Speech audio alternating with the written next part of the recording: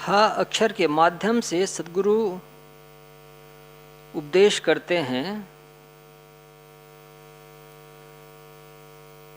हा हा हाय हाय में सब जग जाई।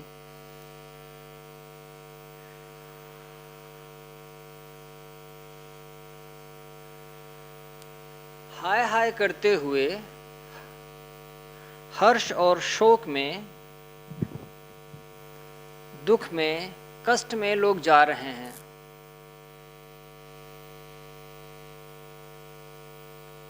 हर्ष और शोक, बस यही उनके जीवन की कमाई है।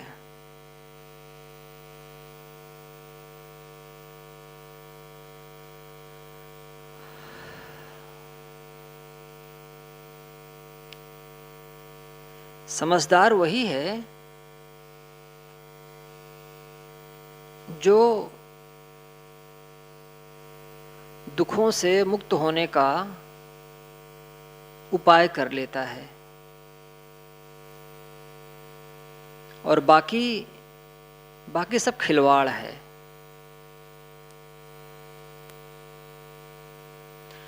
इस देश में प्रतिभाशाली उसे ही माना गया जिसने आत्मा और अनात्मा पर, सार और असार पर निर्णय कर लिया। उसे ही प्रतिभावान माना गया।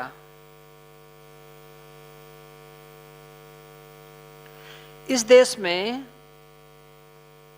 जिसने शास्त्रों को रट लिया, शास्त्रों को रच दिया, भोग विलास के साधन इकट्ठे कर लिए, राजा बन गया, उसको इस देश में कभी भी सफल नहीं माना गया। आपने कभी देखा है कि राजाओं की पूजा करते हुए 2000-3000 साल पहले के संतों को तो हम पूज लेते हैं, विचारकों को पूज लेते हैं, राजाओं को नहीं पूजते। हाँ, राजाओं की कथाएं कहते हैं और सुनते हैं और साथ में ये बता देते हैं कि देखो इस राजा जैसे गलत करतूत मत करना, सावधान हो जाओ।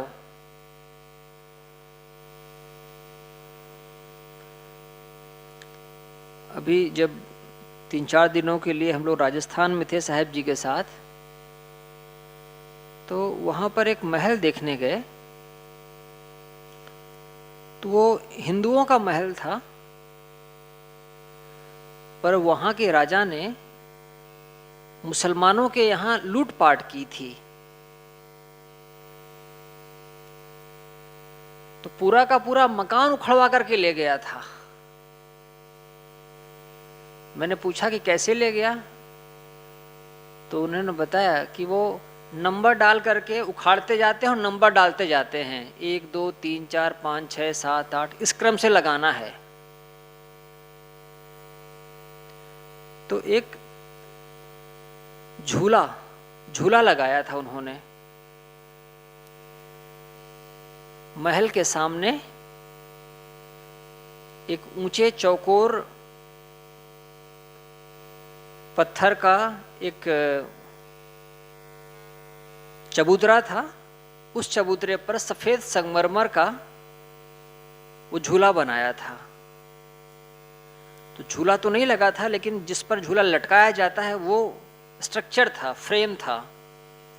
और जहां पर पैर रख करके बैठते हैं, नीचे जहां पर पैर जमीन में पड़ते हैं, वहां पर कुछ फारसी में लिखा हुआ था। तो मेरे मन में बड़ी जिज्ञासा होती थी कि क्या लिखा है यहां पर। तो संयोग से एक दिन जब टहलने गए तो एक दाढ़ी बढ़ाए एक आदमी बैठा था। दूर से समझ में आता था कि मुल्ला है, पढ़ा लिखा लग रहा था। मैंने पूछा, मैंने उसको आदाब किया, मैंने कहा आप फारसी जानते हैं? तो उसने कहा पढ़ तो लूंगा लेकिन समझ नहीं पाऊंगा। मैंने कहा अच्छा आप पढ़ दीजिएगा कम से कम। तो उसको फिर साथ में लेकर के वहाँ आए। वो तो बहुत बार देखे होंगे उसको। उन्होंने पढ़ा। जैसे हिंदी शुरू होती है बाएं से दाएं, वैसे फारसी शुरू होती है दाएं से बाएं, दाएं से बाएं, ऐसे चलती है। तो जब मैंने उनसे कुछ कहा तो उन्होंने पढ़ करके सुनाया। 2 बार पढ़े वो। मैंने कहा इसका अर्थ क्या हुआ? अर्थ नहीं समझ में आता है। मैंने कहा थोड़ा थोड़ा टुकड़ों में कुछ तो समझ में आता होगा।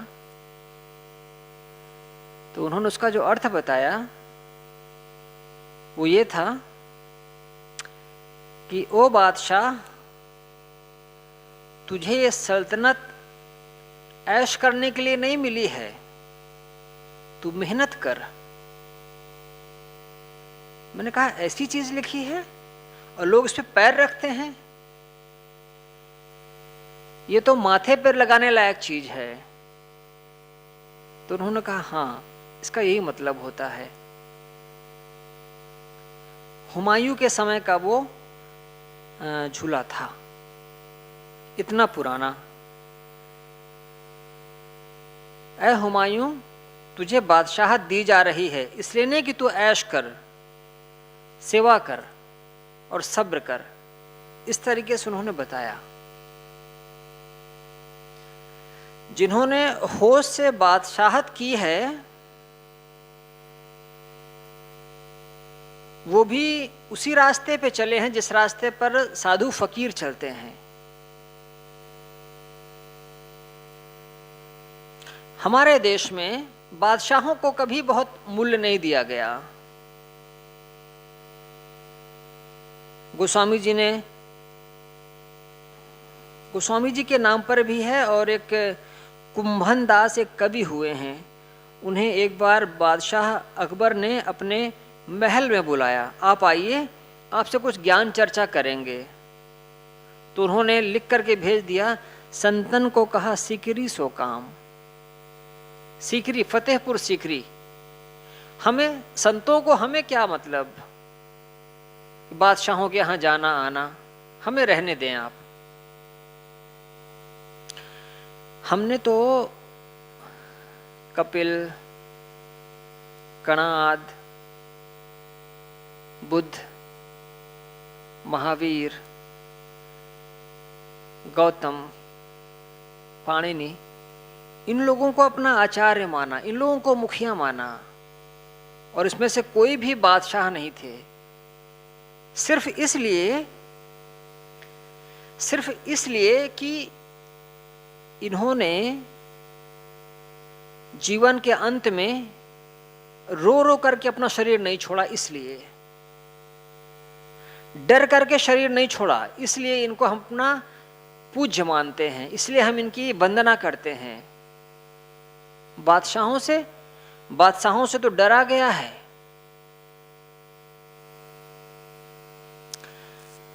जिस भी जीवन में भय हो, जिस भी जीवन में संताप हो, कष्ट हो, पीड़ा हो, वह जीवन विचारवान लोगों ने ऐसे जीवन का हमेशा तिरस्कार किया है, उपेक्षा की है।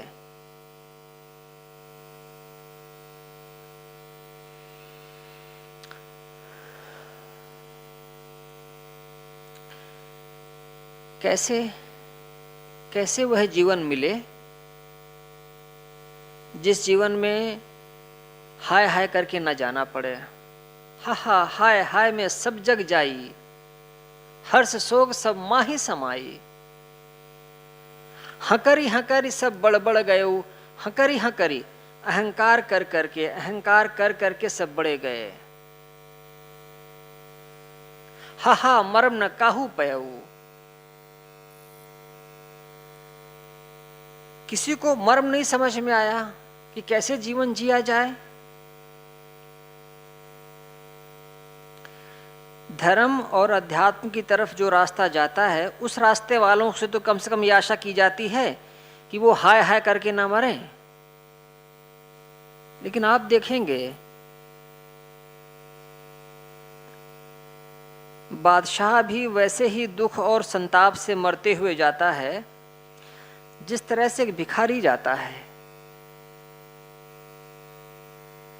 दुख की कमी तो न झोपड़ी वाले के पास होती है और न महल वाले के पास होती है।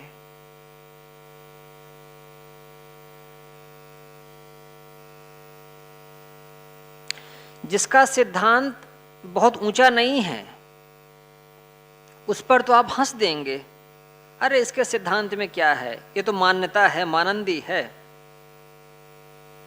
मूर्ति पूजा है, पानी पत्थर को पूजना है, और क्या है इसमें कौन सा ऊंचा है। लेकिन जिनका सिद्धांत ऊंचा है वहां भी तो आत्महत्या करते हुए मरते देखे जाते हैं लोग, वहां भी तो जीवन से हारे हुए लोग देखे हैं। कोई सिद्धांत अच्छा या बुरा नहीं होता है।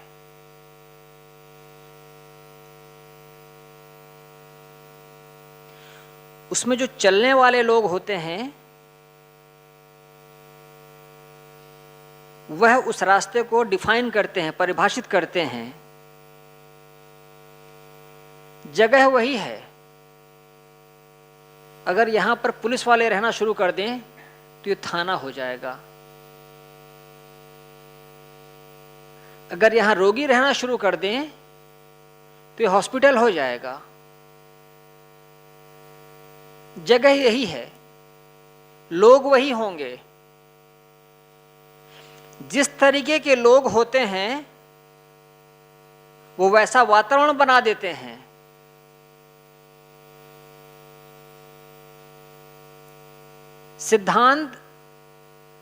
सिद्धांत का अहंकार अशोभनीय है। एक आदमी है, उसके पास बैलगाड़ी है, उसका बैल कमजोर है और उसके पहिए भी कमजोर हैं। जिस रास्ते से उसको जाना है वो रास्ता भी उबड़ खाबड़ है, लेकिन वह क्या करता है, अपने बैलों को संभाल करके चलाता है, अपनी गाड़ी को धीरे धीरे हाँकता है और किसी तरीके से वो उबड़ खाबड़ रोड से लड़खड़ाते हुए अपने बैलों को, अपनी गाड़ी को सुरक्षित पार ले जाता है। तो पार तो हो गया ना। रोड ठीक नहीं है, बैलगाड़ी भी बहुत अच्छी नहीं है, बैल भी कमजोर हैं, लेकिन निकाल तो ले गए ना उसको। और एक आदमी है, उसके पास बढ़िया गाड़ी है, रोड एकदम चकाचक है और तेज गति से ले जा रहा है और 120 की रफ्तार से ले जा रहा है और कहीं ले जाकर टकरा गया। किसकी रोड बढ़िया मानी जाएगी? खड़ी रोड में तुम कम से कम जिंदा तो हो, सुरक्षित तो हो। ये जब से इलाहाबाद में रोडें बढ़िया हो गई हैं कुंभ मेला के बाद से, तो अखबारों में निकला है कि एक्सीडेंट से मरने वालों की संख्या ज़्यादा हो गई है, क्योंकि अब वो गाड़ी बहुत तेज चलाते हैं और तेज गाड़ी में वो कहावत है, जल्दी चलोगे तो जल्दी पहुंचोगे।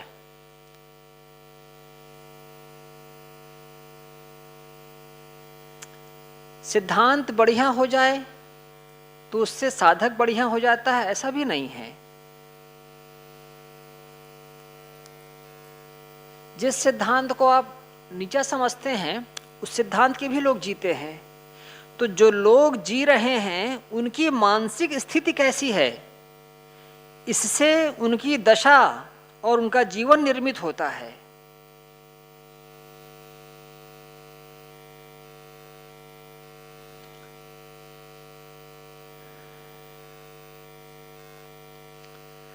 ये जो नश्वरता, क्षणभंगुरता, परिवर्तनशीलता, इनकी चर्चा हम करते हैं और हमारे साथ साथ जो मूर्तियों को पूजने वाले हैं, पानी पत्थर को पूजने वाले हैं, वो भी करते हैं। और कई बार तो मूर्तियों को पूजने वाले भी उस स्थिति को प्राप्त हुए हैं जिस स्थिति को हमारे कबीर साहब या पलटू साहब या दूसरे बड़े संत पाए हैं।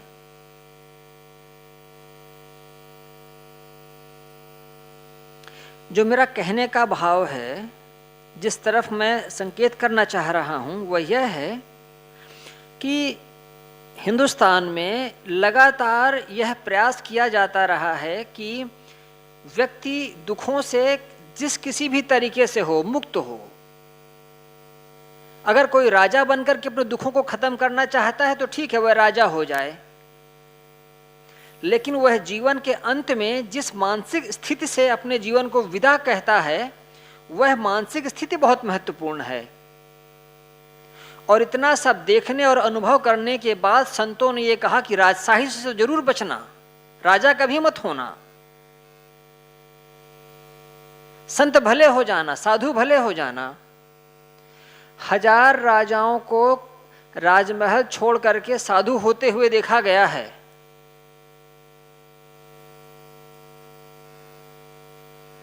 लेकिन किसी साधु के बारे में मैंने ये नहीं सुना कि साधुता छोड़ करके राजा हो गया।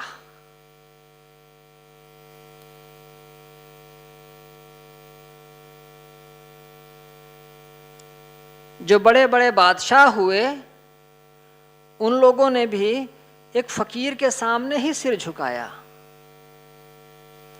एक राजा दूसरे राजा के सामने जब सिर झुकाता था तो बहुत मन मार करके झुकाता था और हमेशा दांव में लगा रहता था कि कब अवसर आए और मैं इससे अलग हटूं। लेकिन वही जब कभी फकीरों के पास जाते थे, मैंने एक दिन कहा था ना कि दिल्ली में जब एक बादशाह हुआ तो वो निजामुद्दीन औलिया के पास गया, तो औलिया तो अपनी एक छोटी सी आसनी बिछाए बैठे रहते थे। तो जब वो बादशाह आया तो उन्होंने दूसरी आसनी की तरफ इशारा किया, इसी पे बैठ लो। तो उसने थोड़ा सा आंखें तरेरी, भाई मैं बादशाह हूं, कुछ तो समझो, कुछ तो ऊंचा आसन दो मुझे, ये क्या बात हुई। तो उसकी मनसा वो समझ गए। उन्होंने कहा तुम्हारे जैसे 8 में पहले देख चुका हूं। औलिया के जमाने में 9 बादशाह हुए थे, उन्होंने कहा तुम्हारे जैसे मैं 8 देख चुका हूं, चुपचाप बैठ जाओ। ये जो संतों के बारे में, फकीरों के बारे में जो कहानियां कही जाती हैं, ये झूठ नहीं है। अब झूठी इसलिए लगने लगी हैं कि अब उन संतों और फकीरों का तौर तरीका कुछ और जैसे बादशाहों जैसे होने लगा, इसलिए मन में लगता है कि अरे ऐसे होता है क्या। पहले फकीर राजाओं को प्रभावित करते थे, आज के जमाने में राजा लोग फकीरों को प्रभावित करने लगे हैं। फकीर भी चाहता है कि मेरी गद्दी ऊंची हो, मेरे साथ लोग चलें, मैं हेलीकॉप्टर से घूमूं, मुझे सिक्योरिटी मिले। कहीं कहीं हम डेविएट हो जाते हैं रास्ते से चलते चलते। क्यों? क्योंकि हमें समझ नहीं आता है। हम आंख, जैसे एक राजा आंख मूंद करके चलता है, वैसे ही ये तथाकथित पंथों में भी आंखें मूंद करके लोग चलने लगते हैं। बस जैसे बाकी के लोग जिए जा रहे हैं। मैं एक चीज कहूं, साधु के जीवन में साधु प्रामाणिकता की परवाह नहीं करता। साधु का काम है सिर्फ अनुगमन करना, पीछे पीछे चलते जाना। बस जैसा दूसरा कर रहा है वैसे ही करो, उसको और तेज करो और बेहतर करो। नकल करने से असल कभी नहीं आती।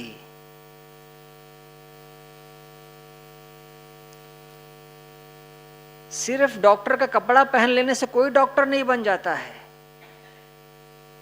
विद्वता सिर्फ चश्मा लगा लेने से नहीं आ जाती है।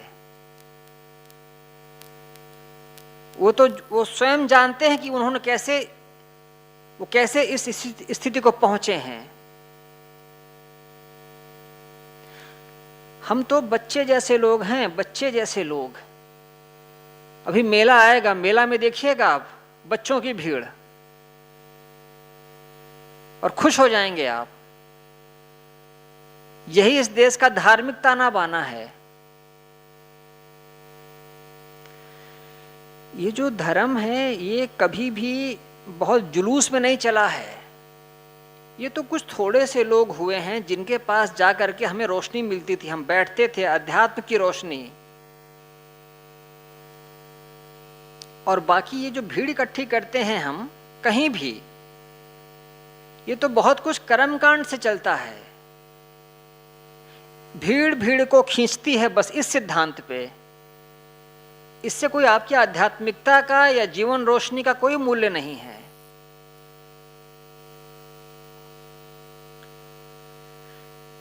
एक मन में हमेशा यह विचार चलता रहे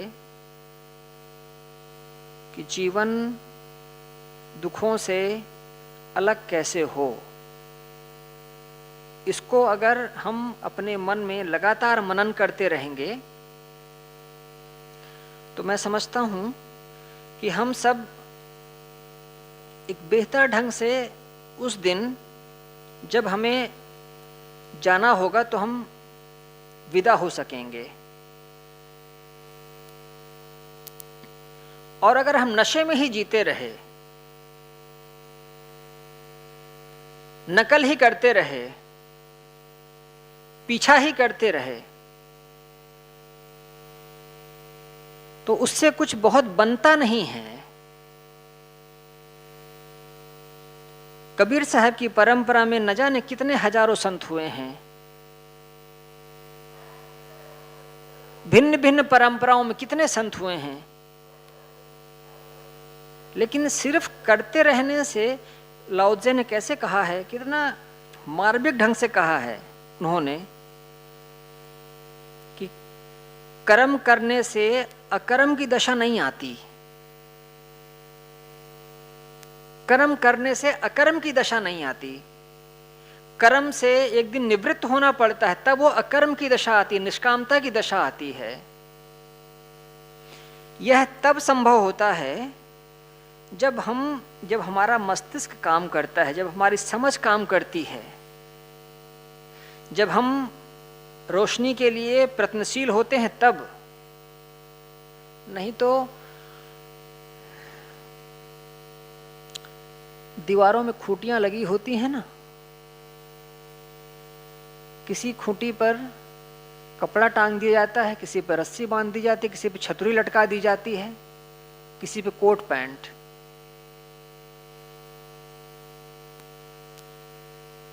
उतने ही हम उपयोगी होकर के रह जाते हैं, बस कील जैसे। उतनी ही हमारी उपयोगिता हो पाती है, उससे ज्यादा नहीं।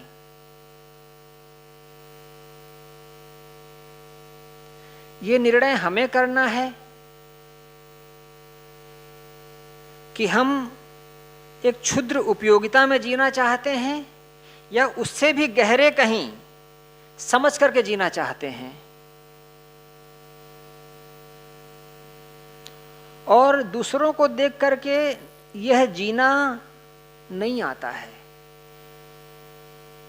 दूसरों को देख करके यह समझ नहीं आती है।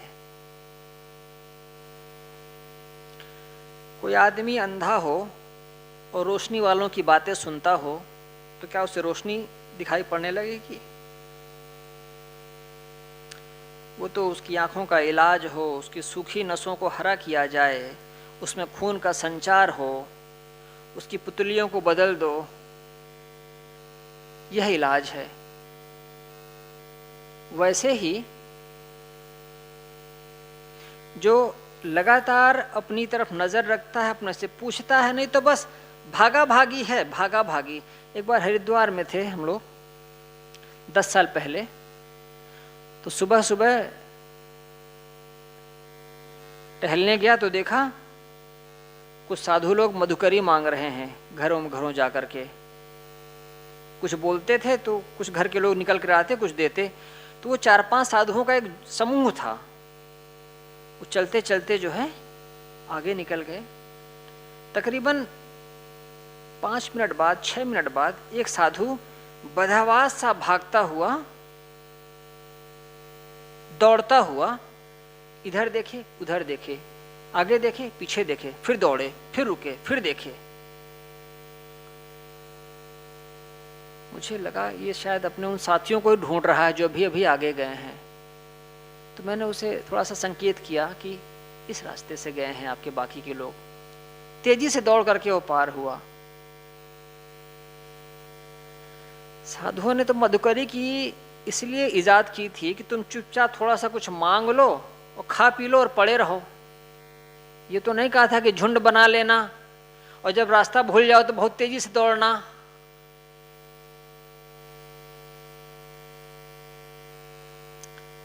नकल करने में असल चीज कहीं लुप्त हो जाती है।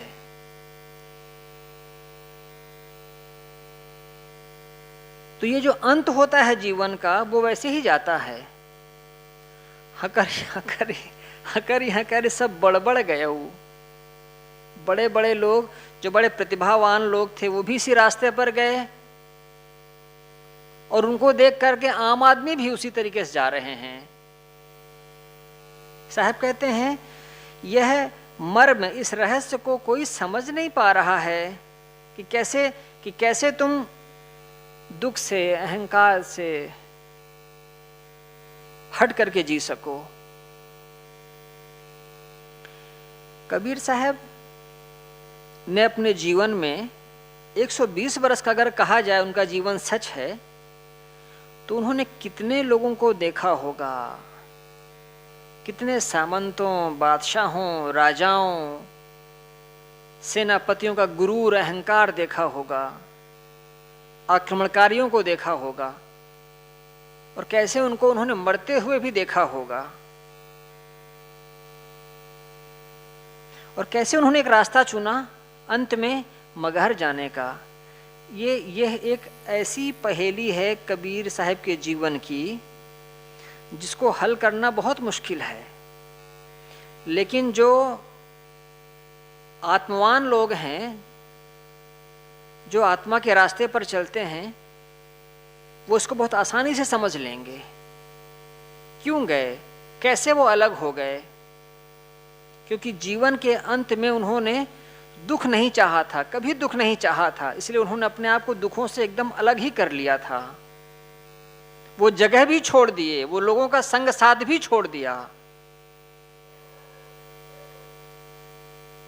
अगर सिर्फ नकल ही करते रहे होते तो काशी छोड़कर नहीं जा सकते थे, वहीं रहते। लेकिन हमेशा हमेशा उनके मन में कुछ चलता रहा हमेशा। और उन्होंने एक निर्णय लिया, छोड़ना है, जाना है, अलग होना है, कष्टों में नहीं जीना है, ये दुनिया ऐसे ही चलेगी। एक बादशाह को उसके महल से निकालो, वो अपनी पूरी शक्ति लगा देगा, नहीं निकलेगा, नहीं छोड़ेगा अपने बिस्तर को। एक गरीब आदमी को उसकी कुटिया से बाहर निकालो, हाथों से पकड़ लेगा डेहरी को, नहीं छोड़ूंगा मैं। कबीर साहब ये सब कुछ को छोड़ करके चुपचाप निकल गए। ये कैसे हुआ? क्योंकि जिस आदमी को प्रकाश की तलाश होती है, जो प्रकाश में जीता है, उसके लिए सब कुछ खेल जैसे हो जाता, खेल जैसे।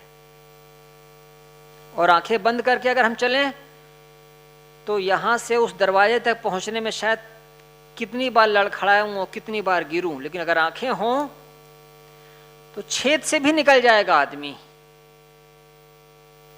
कबीर साहब वैसे ही निकल गए, सारे दुखों से मुक्त होकर के और इस संसार से। साहब की ये जो पंक्ति है, हा हा हाय हाय में सब जग जाइए, हर्ष शोक सब माही समाई, हकरी सब बड़बड़ गयो, हा हा मर्म न काहू पयो। यह संसार के रास्ते की तरफ संकेत है। जिस तरीके से आमतौर पर लोग जीते हैं और इससे जो बचने का उपाय है वो साधु गुरु के पास है, सत्संग में है। कुछ थोड़ी चर्चा, थोड़े से निवेदन आपके बीच में रखा, अपनी बात को यहीं पर विराम देता हूँ। बोलिए सद्गुरुदेव की जय।